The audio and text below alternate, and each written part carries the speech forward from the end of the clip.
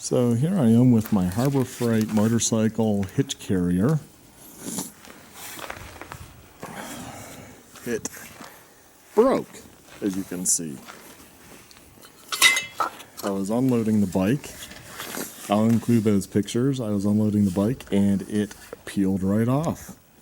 The base right there.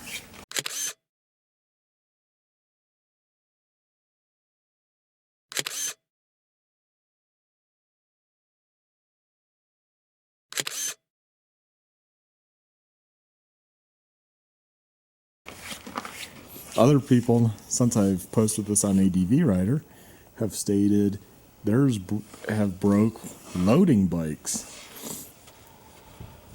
So, I'm lucky enough I A, owned a trailer, B, I was somewhat close enough to drive home, but I spent a good part of my Sunday driving back and forth to get the trailer and then going back.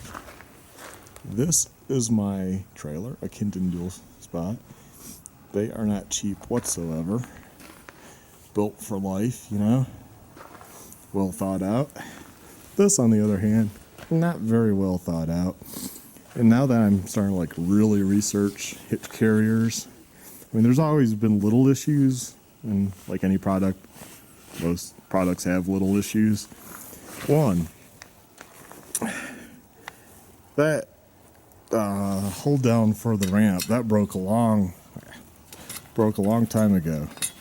The weld in there, we tried re-welding it, lasted for a little bit. Broke again. I always just carry the silly ramp in the vehicle. The plastic that screws down, God, that was one of the first things to break. These silly screw type plastic things, I took them off, but there's the holes. Screw into that and a clamp thing that goes around the tire. No other hitch carrier has that, and that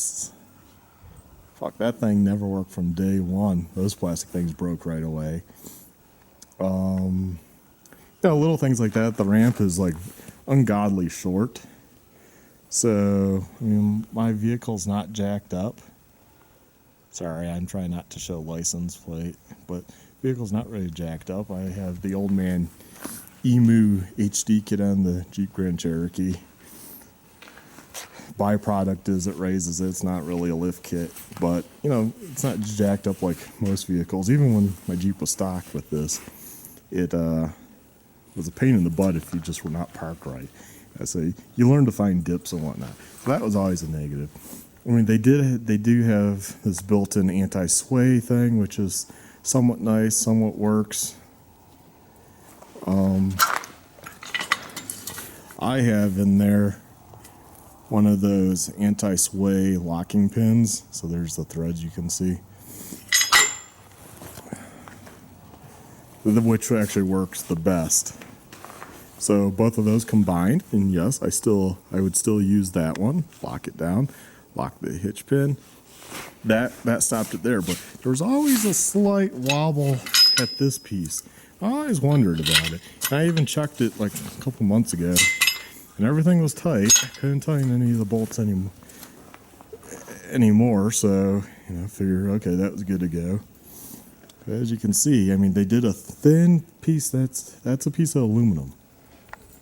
It's pretty dang thin, really, versus steel. Like all other hitch carriers, that piece is steel, but yet it bolts up to a steel plate, which, as it was peeling, it did slightly bend the steel, but the steel didn't break. It just slightly bent it. Why not make that T-piece out of steel, like other units? It's just little stuff like that. And somebody pointed out, which I never really paid attention, that these cross pieces are not welded on. They're riveted. So, there's the rivets for those. There's another unit called the AMC-400. It has a steel bracket that ties into the hitch receiver part. It also is all TIG welded, aluminum pieces for those cross. So, and it's the same price point as the Harbor Freight. So now that I kind of know this, is like get the word out. Like if you're gonna buy a budget unit, look at the AMC 400. I have no stake in that. Whoever makes that,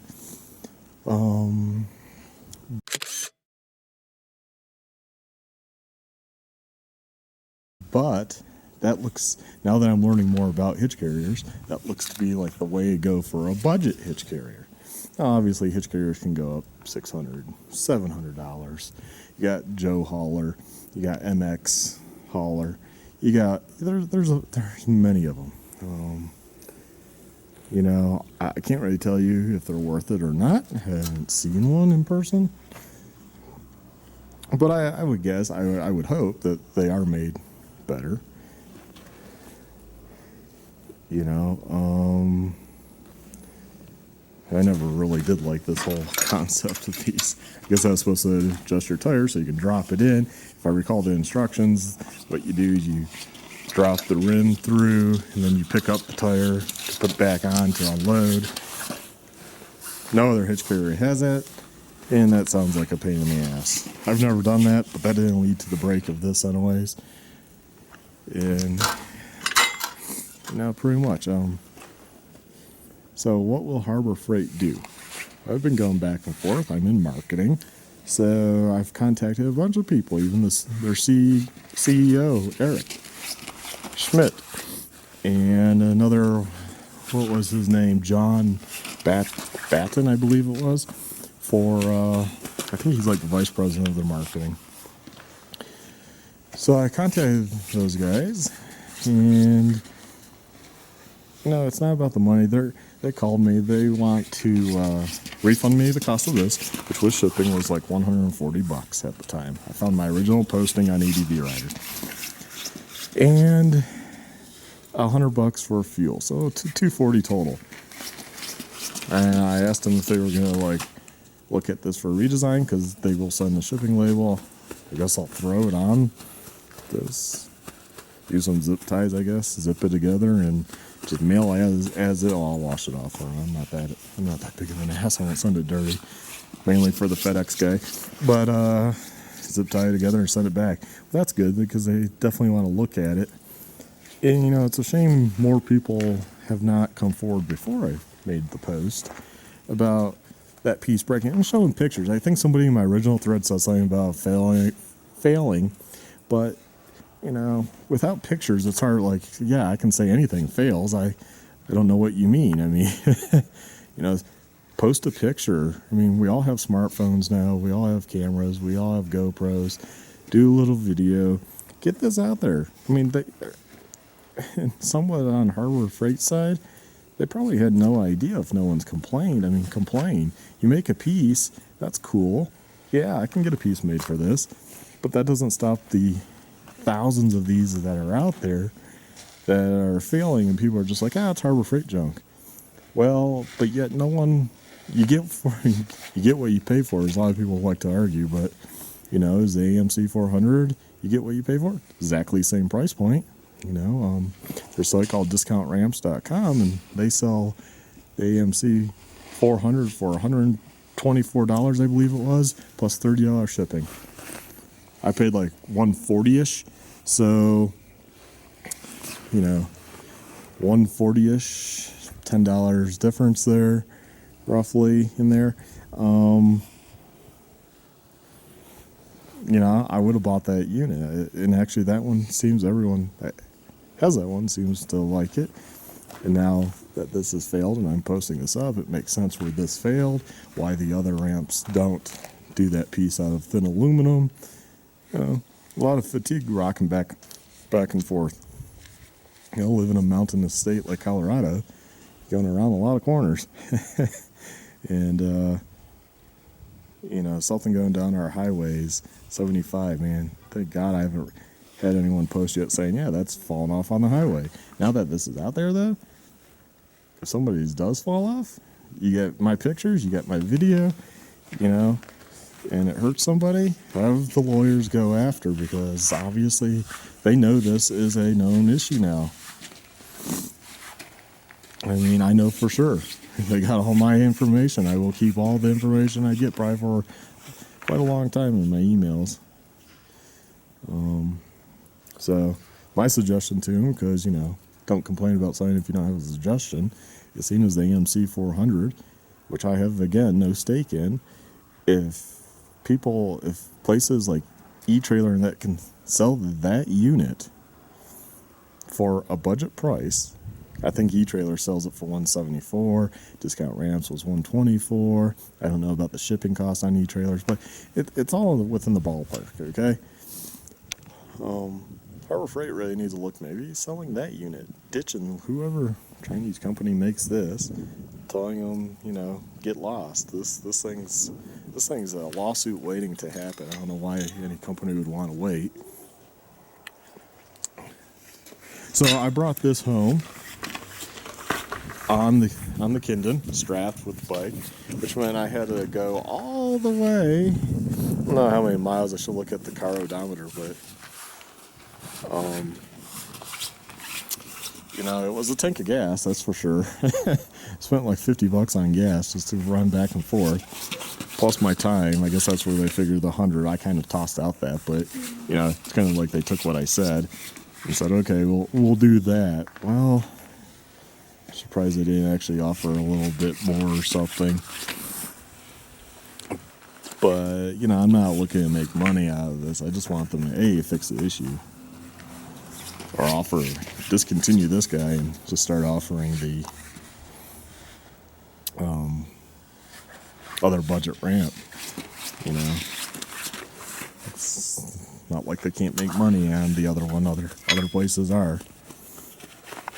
And if Discount Ramps are selling the AMC 400 for $124 plus 30 shipping, what are they paying?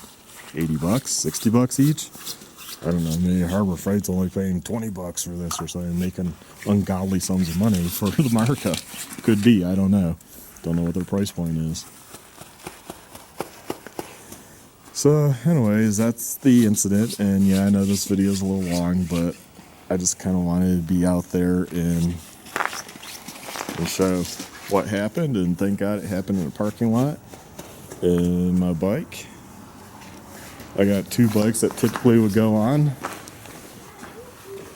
The XR 650R and the gas. And oh, that's another thing I'll point out before I go is, it's funny, Harbor Freight shows a KLR 650 on this. A KLR 650 weighs 401 pounds wet, as somebody pointed out to me. And this is rated at 400 pounds, so they're showing it at the maximum weight, and by 1 pound, technically, that it can haul. No, don't do it. Maybe for, I don't have it out here, it's in the entertainment area, but my old 84 Honda CR60, maybe that, if you're just hauling something like that, or you live in a flat state, you're not going around corners, maybe then there wouldn't be as much fatigue, but hey, I would bypass this ramp, and there's another budget one out there. So hey, thanks for watching, and yeah, check out my other videos.